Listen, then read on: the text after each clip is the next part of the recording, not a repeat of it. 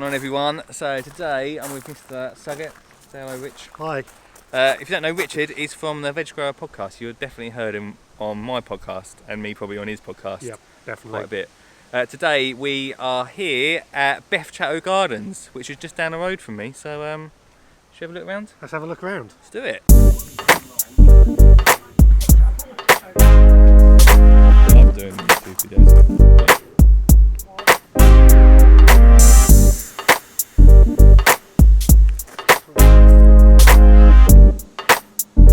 We're in the dry garden, Rich. Sorry? We're in the dry garden. Yeah, but my older one was above Brighton on the hill, and it was incredibly dry. Edible, Rich says. Obviously time. I'm going to try some Beth Chatto time, Rich, right? Okay, go for it. It's nice. It's minty. Minty. It tastes like mint. Shouldn't I know. Try taste it.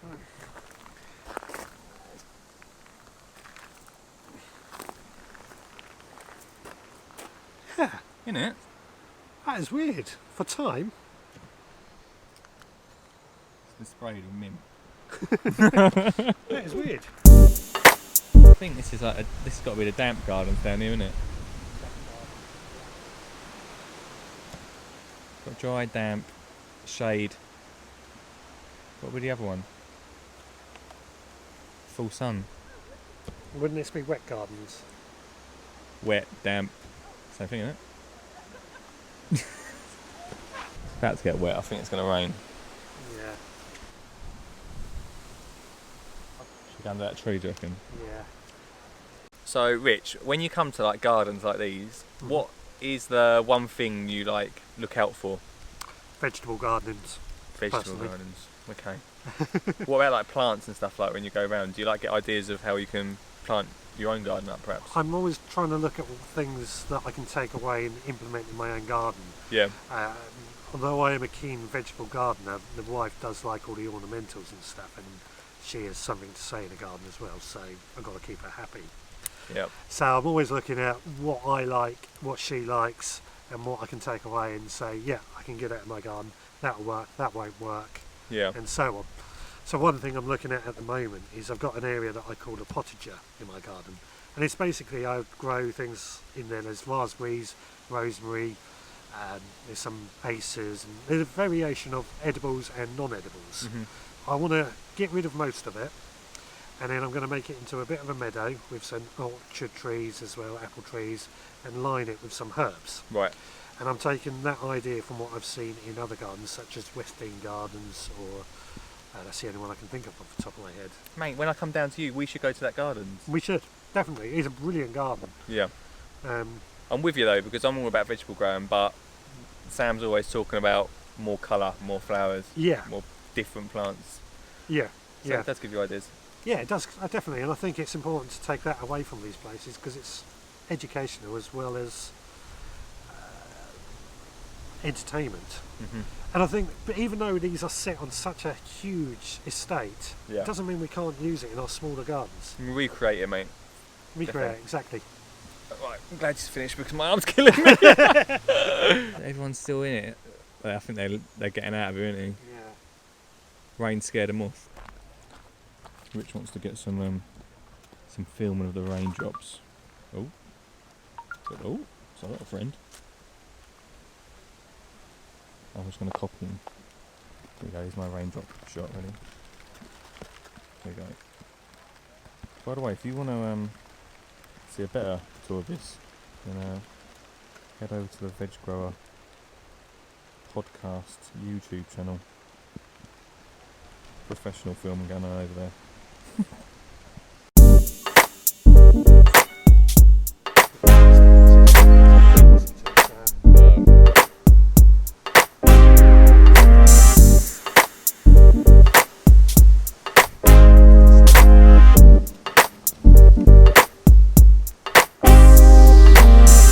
Absolutely incredible, like how old this tree must be.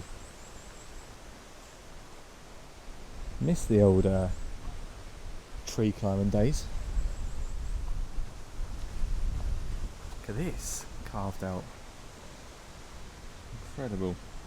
I actually really want to climb this, but I think I might come a bit unstuck if I climb up it. Tree climbing, guys.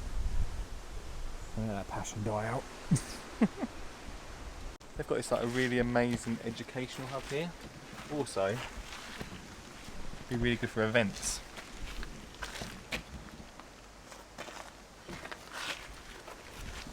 I imagine having an event and be able to come out into this bit, look over the gardens. Pretty cool, right?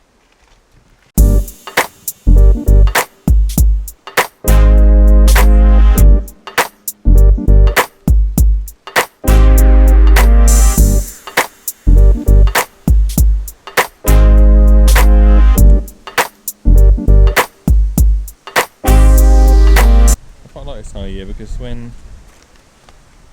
like things like die off, I quite like the architecture. That's There you go, my friends. Architecturally beautiful.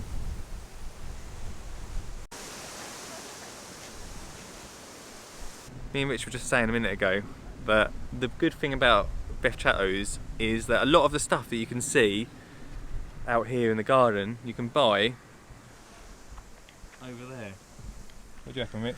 I think that is how garden centres should be. We've said that time and time again today. I can see it growing, I can go buy it. Enough said. We're just going to go and get his camera. Like I said before, if you want to see a bit more of a detailed tour around here, quite get slippery down this woodland bit, then Rich is going to put up a tour in January on his YouTube channel, so make sure you go subscribe to that. I'm going to give a little review while I'm walking through this woodland bit, because everything I'm about is to get kids and families into gardening, and I love Beth Chatto.